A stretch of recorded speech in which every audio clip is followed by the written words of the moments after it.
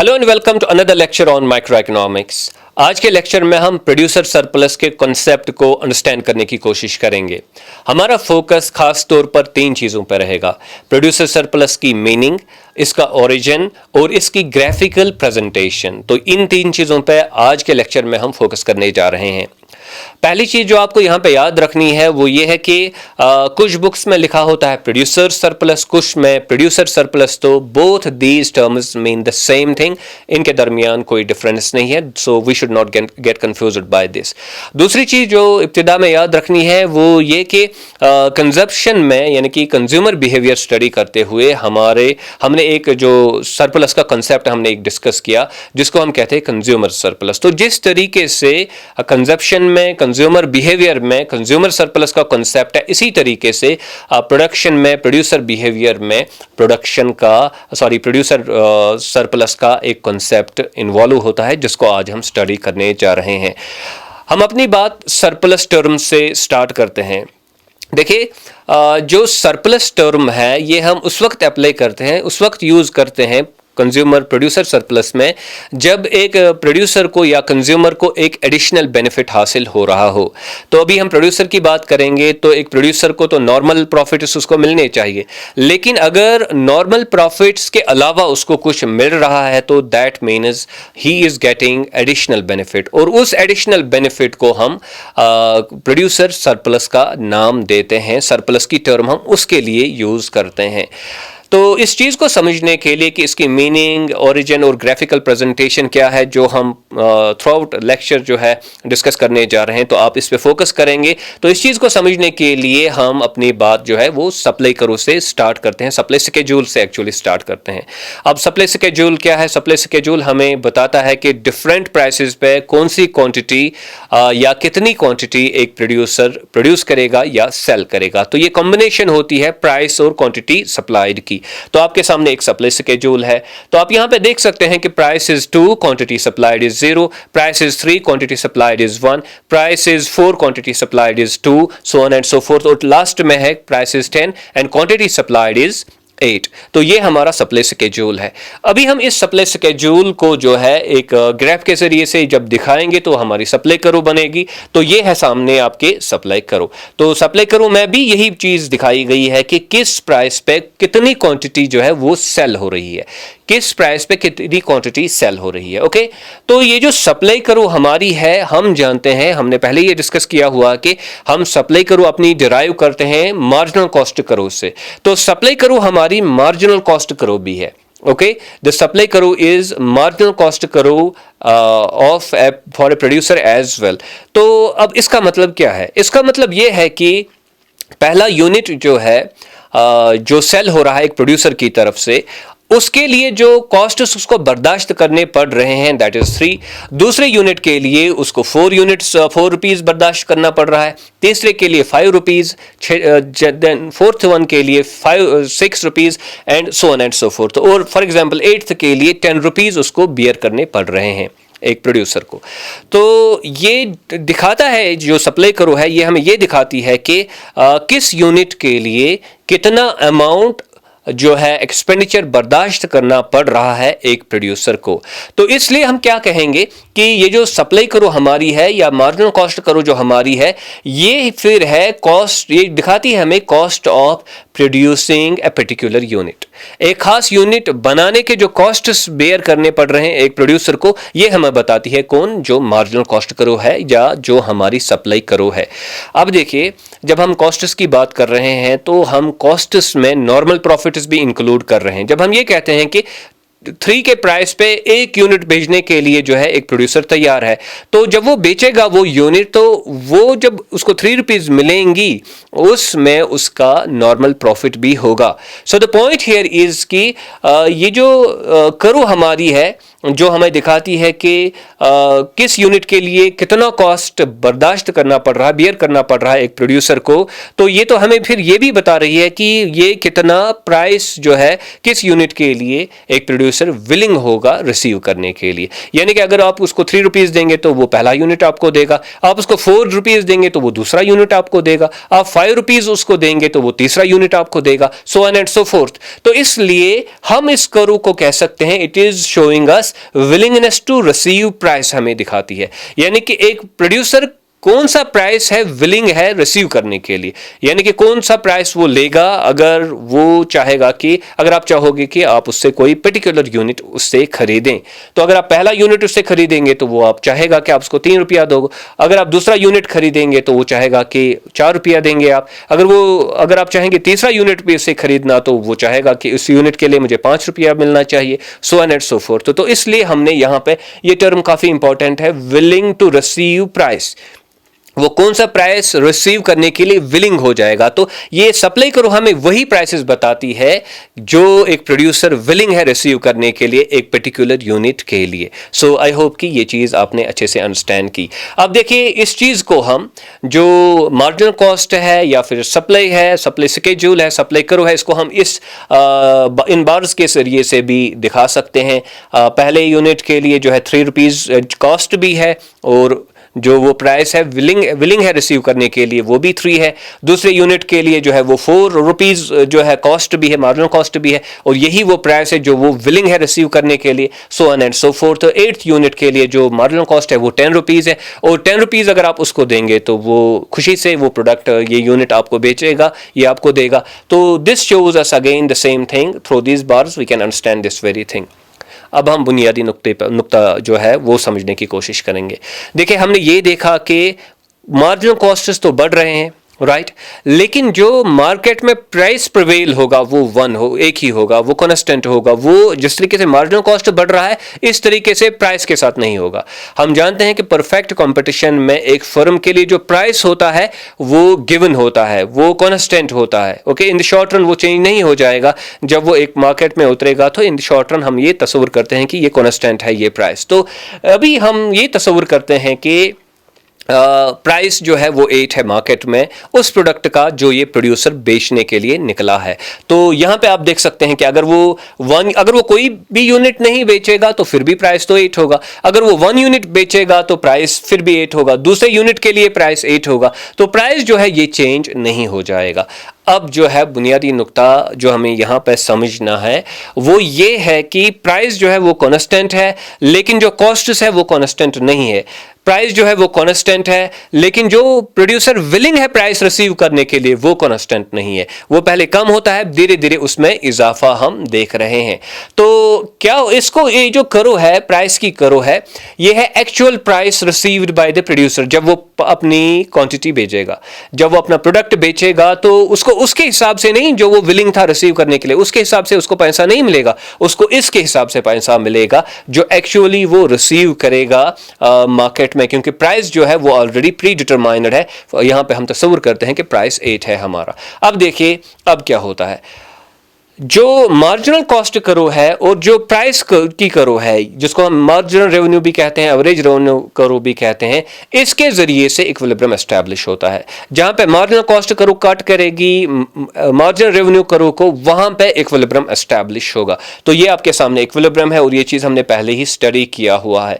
अब देखिए यहां पे क्या चल रहा है, जिस क्वांटिटी पे प्राइस भी उतना है मार्जिनल कॉस्ट भी उतना है वो है 6। ओके, 6 की क्वांटिटी पे आप देख सकते हैं यहां पे कि price is what, price is 8 and marginal cost is 8, और सप्लाई शेड्यूल भी हमें सप्लाई करो का जो शेड्यूल है वो भी हमें यही बता रहा है। लेकिन आप यहां पे देख सकते हैं कि इससे पहले वाला जो एरिया है जो 6 क्वांटिटी पे जो 8 का प्राइस है, 8 का मार्जिनल कॉस्ट, इससे पहले वाला जो एरिया है हम देख रहे हैं कि जो एक्चुअल प्राइस है वो ज्यादा है, जो एक प्रोड्यूसर विलिंग था रिसीव करने के लिए वो प्राइस जो है वो कम है इससे पहले। तो इनके दरमियान जो है डिस्क्रिपेंसी है, इन दो के दरमियान जो है देयर इज डिस्क्रिपेंसी, और वो डिस्क्रिपेंसी जो है इस बार डायग्राम के जरिए से आप अच्छे से अंडरस्टैंड कर सकते हैं। फॉर एग्जांपल पहला यूनिट है, मार्जिनल कॉस्ट इसका कितना है वो तो 3 है, और 3 ही वो प्राइस है जिस पे ये प्रोड्यूसर विलिंग है सेल करने के लिए, बेचने के लिए। ये वो प्राइस है जो वो रिसीव करने के लिए विलिंग है एक प्रोड्यूसर, लेकिन उसको कितना प्राइस मिल रहा है, उसको जो प्राइस मिल रहा है वो है 8।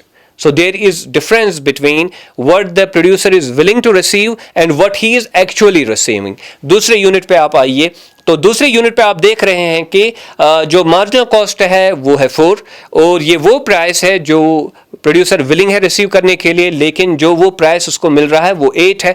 यानी कि प्राइस जो हासिल हो रहा है वो 8 है, लेकिन जो वो विलिंग था लेने के लिए वो 4 है। So there is difference between these two, so and so. तो आगे भी चलेंगे तो आप देख रहे हैं कि ये डिफरेंस जो है वो कम तो होता जा रहा है, लेकिन मौजूद है अप टू 6th यूनिट, जहां पे मार्जिनल कॉस्ट भी 8 है और प्राइस भी जो है वो 8 है, इसलिए बराबरी का मसला है ऑन 6th यूनिट। प्राइस भी उतना, मार्जिनल कॉस्ट भी उतना।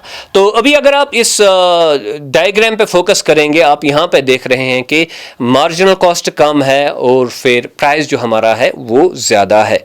Marginal cost is less and price जो है वो हमारा ज़्यादा है। तो आप जो इसकी क्वांटिटीज़ जो है वो भी यहाँ पे आप देख सकते हैं कि कितना कौन ज़्यादा है। फॉर एग्जांपल 8 यहाँ पे प्राइस है पहले वाले में, 3 जो है वो मार्जिनल कॉस्ट है, तो 5 ज़्यादा है मिल रहा है किसको, एक प्रोड्यूसर को। फिर दूसरे यूनिट के लिए 4 ज़्यादा, 4 रुपीज़ उसको ज़्यादा मिल रहे हैं। तीसरे यूनिट के लिए उसको 3 रुपीज़ ज़्यादा मिल रहे हैं, सो एंड सो फोर्थ। अब हम जो है जो प्रोड्यूसर सरप्लस की डेफिनेशन जो है, जो इसका मतलब है, मीनिंग है, उस पर हम फोकस करेंगे। प्रोड्यूसर सरप्लस अब किसको हम कहते हैं?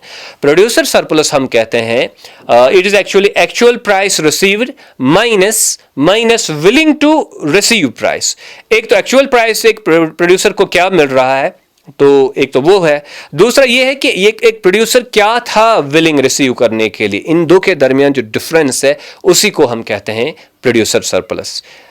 किन के दरमियान डिफरेंस? जो एक प्रोड्यूसर प्राइस रिसीव कर रहा है और जो वो विलिंग था रिसीव करने के लिए फॉर डिफरेंट यूनिट्स, तो इनके दरमियान जो डिफरेंस है उसको हम कहते हैं प्रोड्यूसर सरप्लस। तो या हम ये कह सकते हैं कि एक्चुअल अमाउंट रिसीव्ड, जो प्रोड्यूसर रिसीव कर रहा है एक्चुअली अमाउंट डिफरेंट क्वांटिटीज बेच के, okay, minus willing to receive amount, वो अमाउंट जो विलिंग था अदरवाइज रिसीव करने के लिए, इन दो के दरमियान जो डिफरेंस है उसको हम कहते हैं प्रोड्यूसर सरप्लस। तो इस चीज को इस टेबल के जरिए से हम अच्छे से अंडरस्टैंड कर सकते हैं।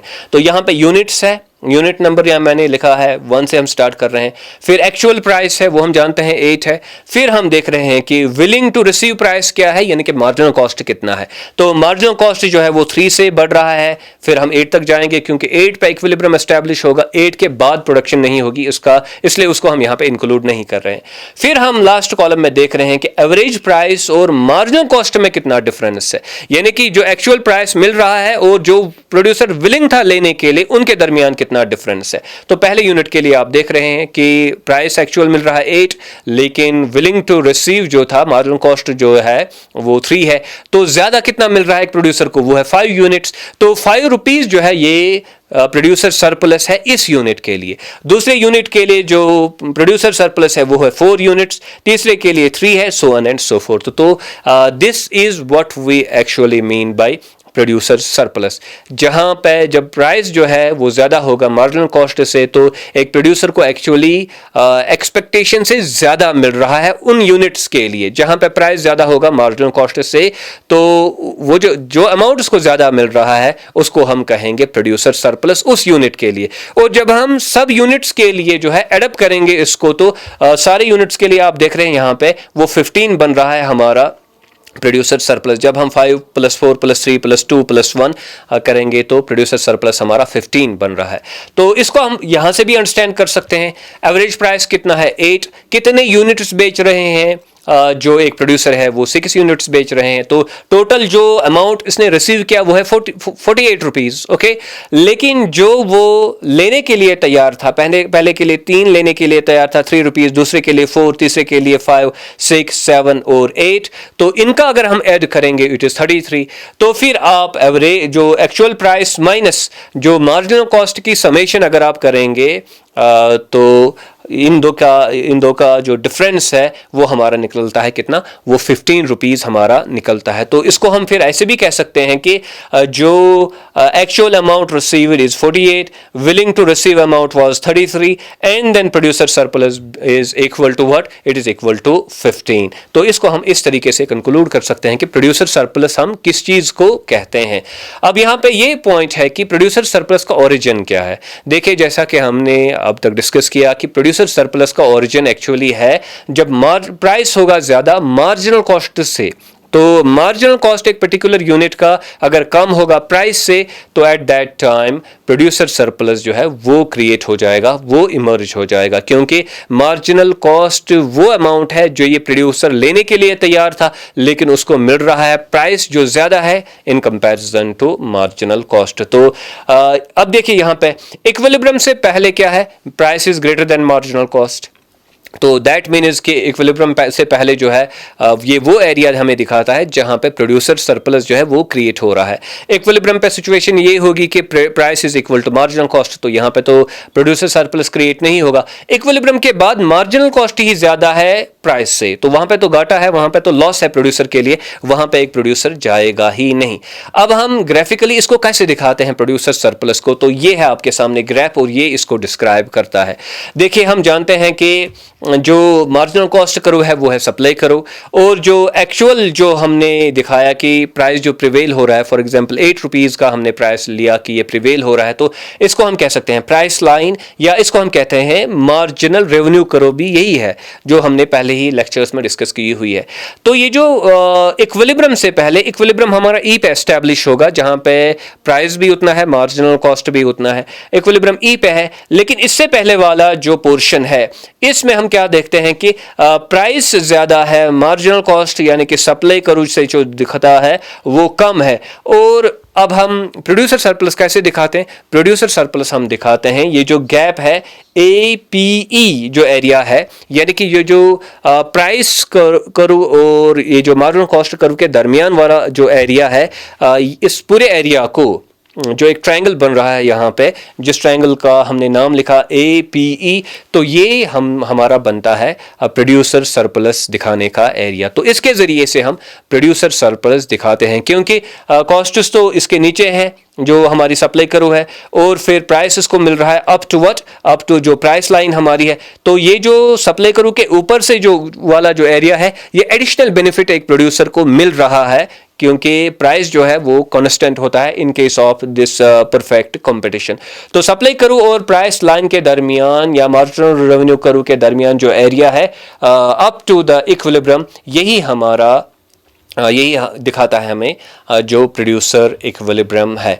आई होप कि आपने ये लेक्चर अच्छे से समझा होगा कि प्रोड्यूसर सरप्लस का मतलब क्या है, इसका ओरिजिन क्या है और उसको हम ग्राफिकली कैसे दिखाते हैं। All these things, do subscribe to my YouTube channel Earnest economics. Thank you very much.